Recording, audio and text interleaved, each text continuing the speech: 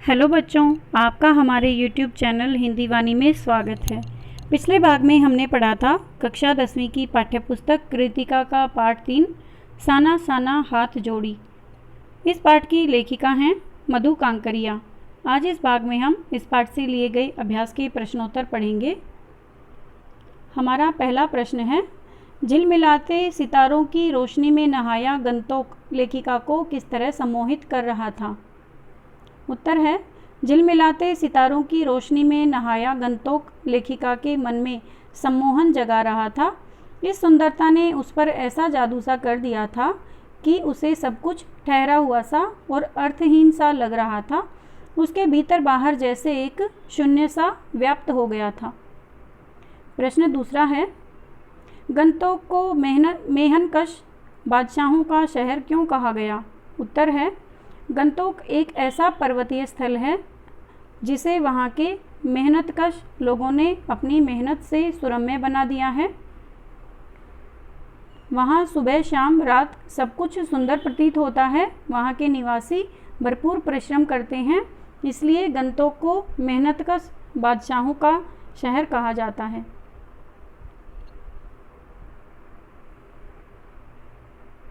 कभी श्वेत तो कभी रंगीन पताकाओं का फहराना किन अलग अलग अवसरों की ओर संकेत करता है। ये हमारा प्रश्न तीसरा है। इसका उत्तर है, श्वेत पताकाएं किसी बुद्धिस्ट की मृत्यु पर फहराई जाती हैं। किसी बुद्धिस्ट की मृत्यु हो जाए तो उसकी आत्मा की शांति के लिए नगर से बाहर किसी वीरान स्थान पर मंत्र लिखी 108 पताकाएं फहराई जाती हैं, जिन्हें उतारा नहीं जाता। वे धीरे धीरे अपने आप नष्ट हो जाती हैं। किसी शुभ कार्य के आरंभ करने पर भी रंगीन पताकाएं फहराई जाती हैं। प्रश्न 4, जितेन नार्गे ने लेखिका को सिक्किम की प्राकृतिक, वहाँ की भौगोलिक स्थिति एवं जनजीवन के बारे में क्या क्या महत्वपूर्ण जानकारियाँ दी, लिखिए। उत्तर है, जितेन ने लेखिका को एक अच्छे गाइड की तरह सिक्किम की मनोहारी प्राकृतिक छटा, सिक्किम की भौगोलिक स्थिति तथा वहाँ के जनजीवन की जानकारियाँ इस प्रकार दी हैं। 1, सिक्किम में गंतोक से लेकर युमथांग तक तरह तरह के फूल हैं। फूलों से लदी वादियाँ हैं। 2, शांति और अहिंसा के मंत्र लिखी ये श्वेत पताकाएं जब वहाँ किसी बुद्ध के अनुयायी की मौत होती है तो लगाई जाती हैं, और ये पताकाएं 108 होती हैं। और रंगीन पताकाएं किसी नए कार्य के शुरू होने पर लगाई जाती हैं। यानी यदि कोई किसी बुद्धिस्ट की मौत हो जाती है तो श्वेत पताकाएं, तथा कोई नया कार्य शुरू होता है तो रंगीन पताकाएं। आगे है, कवि लॉन्गस्टॉक यहाँ गाइड फिल्म की शूटिंग हुई थी। यानी लॉन्गस्टॉक नाम के स्थान पर कभी यहाँ पर गाइड फिल्म की शूटिंग की गई थी। नंबर 5, यह धर्म चक्र है अर्थात प्रेयर व्हील। इसको घुमाने से सारे पाप धुल जाते हैं। लेखिका को दिखाई गई एक ऐसा चक्र दिखाया गया जिसको घुमाने से सारे पाप धुल जाते हैं। यह एक प्रकार की मान्यता है जो वहाँ पर प्रचलित है। नंबर 6, यह पहाड़ी इलाका है। यहाँ कोई भी चिकना चर्बीला आदमी नहीं मिलता है। यानी सभी लोग मेहनती हैं और सबका शरीर हष्ट पुष्ट है। कोई भी मोटा व्यक्ति यहाँ पर नहीं मिलेगा। नंबर 7, नार्गे ने उत्साहित होकर कटाव के बारे में बताया कि कटाव हिंदुस्तान का स्विट्ज़रलैंड है। इसकी सुंदरता स्विट्ज़रलैंड के समान मनोहारी है। नंबर 8 है, युमथांग की घाटियों के बारे में बताया कि बस 15 दिनों में ही देखिएगा पूरी घाटी फूलों से इस कदर भर जाएगी कि लगेगा कि फूलों की सेज रखी हो। यानी वहाँ पर खिलने वाले फूलों की सुंदरता का वर्णन किया है। हमारा प्रश्न 5 है, लॉन्गस्टॉक में घूमते हुए चक्र को देखकर लेखिका को पूरे भारत की आत्मा एक सी क्यों दिखाई दी। उत्तर है, लॉन्गस्टॉक में घूमते हुए चक्र को देखकर लेखिका ने उसके बारे में पूछा तो पता चला कि यह धर्म चक्र है। इसे घुमाने पर सारे पाप धुल जाते हैं। जितेन की यह बात सुनकर लेखिका को ध्यान आया कि पूरे भारत की आत्मा एक ही है। मैदानी क्षेत्रों में गंगा के विषय में भी ऐसी ही धारणा है। उसे लगा कि पूरे भारत की आत्मा एक सी है। सारी वैज्ञानिक प्रगति के बावजूद उनकी आस्थाएं, विश्वास, अंधविश्वास, पाप और पुण्य तथा अवधारणाएं सभी एक जैसी हैं। सबके विचार एक समान हैं पूरे देशवासियों के। प्रश्न 6 है, जितेन नार्गे की गाइड की भूमिका के बारे में विचार करते हुए लिखिए कि एक कुशल गाइड में क्या क्या गुण होते हैं। उत्तर है, जितेन नार्गे लेखिका का ड्राइवर कम गाइड था, यानी वह ड्राइवर भी था और गाइड भी था। वह नेपाल से कुछ दिन पहले आया था, जिसे नेपाल और सिक्किम की अच्छी जानकारी थी, क्षेत्र से सुपरिचित था। वह ड्राइवर के साथ साथ गाइड का कार्य कर रहा था। उसमें प्राय गाइड के वे सभी गुण विद्यमान थे जो अपेक्षित होते हैं। नंबर 1, कुशल गाइड। एक कुशल गाइड में उस स्थान की भौगोलिक, प्राकृतिक और सामाजिक जानकारी होनी चाहिए। वह नार्गे में सम्यक रूप से थी। नंबर 2, गाइड के साथ साथ नार्गे ड्राइवर भी है, अतः वह कहाँ रुकना है यह निर्णय वह स्वयं ही करने में समर्थ है। उसे कुछ सलाह देने की आवश्यकता नहीं होती है, क्योंकि उसे उस स्थान के बारे में सब कुछ जानकारी पहले से ही प्राप्त है। नंबर 3, गाइड में सैलानियों को प्रभावित करने की रोचक शैली होनी चाहिए, जो उसमें थी। वह अपनी वाक्पटुता से लेखिका को प्रभावित करता है, जैसे मैडम यह धर्म चक्र है, प्रेयर व्हील, इसको घुमाने से सारे पाप धुल जाते हैं। यानी उसकी बातचीत करने की जो शैली है वह एक गाइड के समान थी। नंबर 4, एक सुयोग्य गाइड क्षेत्र के जनजीवन की गतिविधियों की भी जानकारी रखता है और संवेदनशील भी होता है। नंबर 5, वह पर्यटकों में इतना घुल मिल जाता है कि स्वयं गाने के साथ नाच उठता है और सैलानी भी नाच उठते हैं। इस तरह आत्मीय संबंध बना लेता है। हमारा प्रश्न 7 है, इस यात्रा वृतांत में लेखिका ने हिमालय के जिन जिन रूपों का चित्र खींचा है उन्हें अपने शब्दों में लिखिए। उत्तर है, इस यात्रा वृतांत में लेखिका ने हिमालय के पल पल परिवर्तित होते रूप को देखा। जो जो ऊंचाई पर चढ़ते जाएं, हिमालय विशाल से विशालतर होता चला जाता है। छोटी छोटी पहाड़ियाँ विशाल पर्वतों में बदलने लगती हैं। घाटियाँ गहराती गहराती पाताल नापने लगती हैं। वादियाँ चौड़ी होने लगती हैं, जिनके बीच रंग बिरंगे फूल मुस्कुराते हुए नजर आते हैं। चारों ओर प्राकृतिक सुषमा बिखरी नजर आती हैं। जलप्रपात यानी झरने जलधारा बनकर पत्थरों के बीच बल खाती सी निकलती है तो मन को मोह लेती है। हिमालय कहीं हरियाली के कारण चटक हरे रंग की मोटी चादर सा नजर आता है, कहीं पीलापन लिए नजर आता है, कहीं प्लास्टर उखड़ी दीवार की तरह पथरीला सा नजर आता है। हमारा प्रश्न 8 है, प्रकृति के उस अनंत और विराट स्वरूप को देखकर लेखिका को कैसी अनुभूति होती है। उत्तर है, लेखिका प्रकृति के उस अनंत और विराट स्वरूप को देखकर एकदम मौन, किसी ऋषि की तरह शांत, वह सारे परिदृश्य को अपने भीतर समेट लेना चाहती थी। वह रोमांचित थी, पुलकित थी। उसे आदिम युग की अभिशप्त राजकुमारी सी नीचे बिखरे भारी भरकम पत्थरों पर झरने के संगीत के साथ आत्मा का संगीत सुनने जैसा आभास हो रहा था। ऐसा प्रतीत हुआ जैसे देश और काल की सरहदों से दूर बहती धारा बन बहने लगी हो। यानी इस प्रकार की भावनाएं, इस प्रकार के विचार लेखिका के मन में आ रहे थे। भीतर की सारी तामसिकताएं और दुष्ट वासनाएं इस निर्मल धारा में बह गई हों। उसका मन हुआ कि अनंत समय तक ऐसे ही बहती रहे और इस झरने की पुकार सुनती रहे। यानी इस प्रकार के प्राकृतिक सौंदर्य को लेखिका महसूस कर रही थी। प्रकृति के इस सौंदर्य को देखकर लेखिका को पहली बार एहसास हुआ कि यही चलायमान सौंदर्य जीवन का आनंद है। प्रश्न 9 है, प्राकृतिक सौंदर्य के अलौकिक आनंद में डूबी लेखिका को कौन कौन से दृश्य झकझोर गए। यानी लेखिका के मन पर जब प्रकृति का सुंदर वातावरण छाया हुआ था तब अचानक से उनको ऐसे कौन कौन से दृश्य दिखे जिनसे उनका मन दुखी हो गया।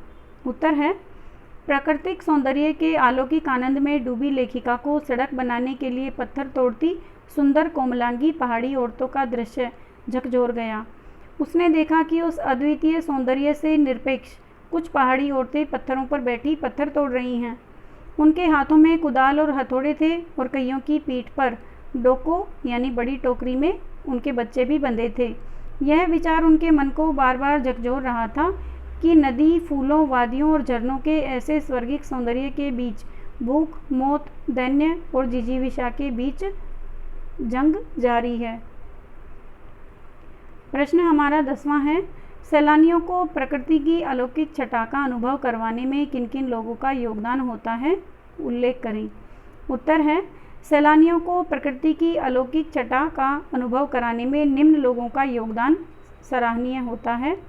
नंबर 1, वे सरकारी लोग जो व्यवस्था में संलग्न होते हैं। 2, वहाँ के स्थानीय गाइड जो उस क्षेत्र की सर्वथा जानकारी रखते हैं।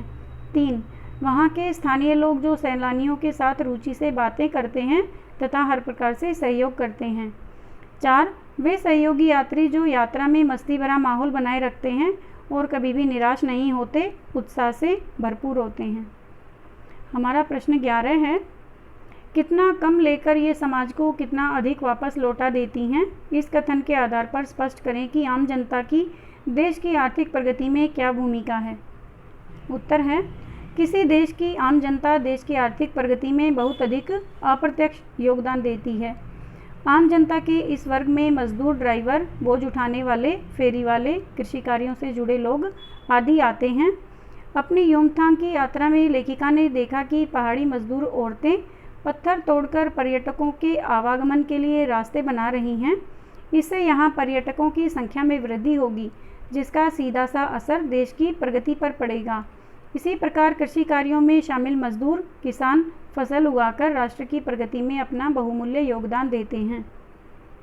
प्रश्न 12 है, आज की पीढ़ी द्वारा प्रकृति के साथ किस तरह का खिलवाड़ किया जा रहा है, इसे रोकने में आपकी क्या भूमिका होनी चाहिए। उत्तर है, प्रकृति के साथ खिलवाड़ करने के क्रम में आज पहाड़ों पर प्रकृति की शोभा को नष्ट किया जा रहा है। वृक्षों को काटकर पर्वतों को नंगा किया जा रहा है। शुद्ध पवित्र नदियों को विविध प्रकार से प्रदूषित करने में कोई कसर नहीं छोड़ी जा रही है। नगरों का, फैक्ट्रियों का गंदा पानी पवित्र नदियों में छोड़ा जा रहा है। सुख सुविधा के नाम पर पॉलीथीन का अधिक प्रयोग और वाहनों के द्वारा प्रतिदिन छोड़ा गया धुआं पर्यावरण के संतुलन को बिगाड़ रहा है। इस तरह प्रकृति का गुस्सा बढ़ रहा है। मौसम में परिवर्तन आ रहा है। ग्लेशियर पिघल रहे हैं। ग्लेशियर यानी पहाड़ जो बर्फ से बने हुए हैं, वो लगातार पिघल रहे हैं। प्रकृति के साथ इस प्रकार के जो खिलवाड़ हो रहे हैं, उसको रोकने में हम सहयोग दे सकते हैं। किस प्रकार से? नंबर 1, वर्तमान में खड़े वृक्षों को न काटें और न काटने दें। नंबर 2, यथासंभव वृक्षारोपण करें और दूसरों को वृक्षारोपण के लिए प्रेरित करें। नंबर 3, वाहनों का प्रयोग यथासंभव कम करें। सब्जी लाने और व्यर्थ सड़कों पर घूमने में वाहनों का उपयोग न करें। नंबर 4, पॉलीथीन, अवशिष्ट पदार्थों तथा नालियों के गंदे पानी को नदियों में न जाने दें। हमारा प्रश्न 13 है, प्रदूषण के कारण स्नोफॉल में कमी का जिक्र किया गया है। प्रदूषण के और कौन कौन से दुष्परिणाम सामने आए हैं, लिखें। उत्तर है, लेखिका को उम्मीद थी कि उसे लायुग में बर्फ देखने को मिल जाएगी, लेकिन एक सिक्किमी युवक ने बताया कि प्रदूषण के कारण स्नोफॉल कम हो गया है, अतः उन्हें 500 मीटर ऊपर कटाव में ही बर्फ देखने को मिल सकेगी। प्रदूषण के कारण पर्यावरण में अनेक परिवर्तन आ रहे हैं। स्नोफॉल की कमी के कारण नदियों में जल प्रवाह की मात्रा कम होती जा रही है। परिणाम स्वरूप पीने योग्य जल की कमी सामने आ रही है। प्रदूषण के कारण ही वायु प्रदूषित हो रही है। महानगरों में सांस लेने के लिए ताज़ा हवा का मिलना भी मुश्किल हो रहा है। सांस संबंधी रोगों के साथ साथ कैंसर तथा उच्च रक्तचाप की बीमारियां बढ़ रही हैं। ध्वनि प्रदूषण मानसिक अस्थिरता, बहरेपन तथा अनिद्रा जैसे रोगों का कारण बन रहा है। हमारा प्रश्न 14 है, कटाव पर किसी भी दुकान का न होना उसके लिए वरदान है। इस कथन के पक्ष में अपनी राय व्यक्त कीजिए। उत्तर है, कटाव को अपनी स्वच्छता और सुंदरता के कारण हिंदुस्तान का स्विट्ज़रलैंड कहा जाता है, या उससे भी अधिक सुंदर। यह सुंदरता आज इसलिए विद्यमान है कि यहाँ कोई दुकान आदि नहीं है। यदि यहाँ भी दुकान खुल जाए, व्यवसायीकरण हो जाए, तो इस स्थान की सुंदरता जाती रहेगी। इसलिए कटाव में दुकान का न होना उसके लिए वरदान है। मनुष्य सुंदरता को देखकर प्रसन्न होता है, तो मनुष्य ही सुंदरता को बिगाड़ता भी है। अपनी जिम्मेदारी और कर्तव्य का पालन न कर प्रयुक्त चीज़ों के अवशिष्ट को जहाँ तहाँ फेंक कर सौंदर्य को ठेस पहुँचाए बिना नहीं रहता है। यानी व्यक्ति अपनी सुख सुविधा और स्वार्थ के कारण प्रकृति का विनाश करता जा रहा है। कटाव में दुकान न होने से व्यवसायीकरण नहीं हुआ है, जिससे आने जाने वाले लोगों की संख्या सीमित रहती है। यानी वहाँ पर बहुत कम लोग आते जाते हैं, जिससे यहाँ की सुंदरता बची है। जैसे दुकान आदि खुल जाने से अन्य पवित्र स्थानों की सुंदरता जाती रही है, वैसे ही कटाव की सुंदरता भी मटमैली हो जाएगी। हमारा प्रश्न 15 है, प्रकृति ने जल संचय की व्यवस्था किस प्रकार की है? उत्तर है, प्रकृति ने जल संचय की बड़ी अद्भुत व्यवस्था की है। प्रकृति सर्दियों में पर्वत शिखरों पर बर्फ के रूप में गिरकर जल का भंडारण करती है।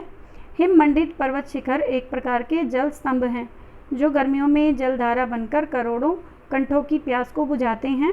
नदियों के रूप में बहती यह जलधारा अपने किनारे बसे नगर गांव के जल संसाधन के रूप में तथा नहरों के द्वारा एक विस्तृत क्षेत्र में सिंचाई करती हैं और अंततः सागर में जाकर मिल जाती हैं।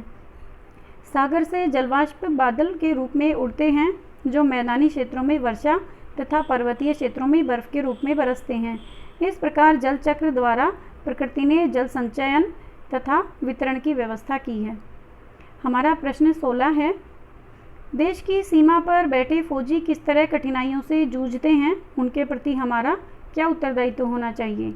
उत्तर है, देश की सीमाओं पर बैठे फौजी उन सभी विषमताओं से जूझते हैं जो सामान्य जनजीवन के लिए अति कठिन है।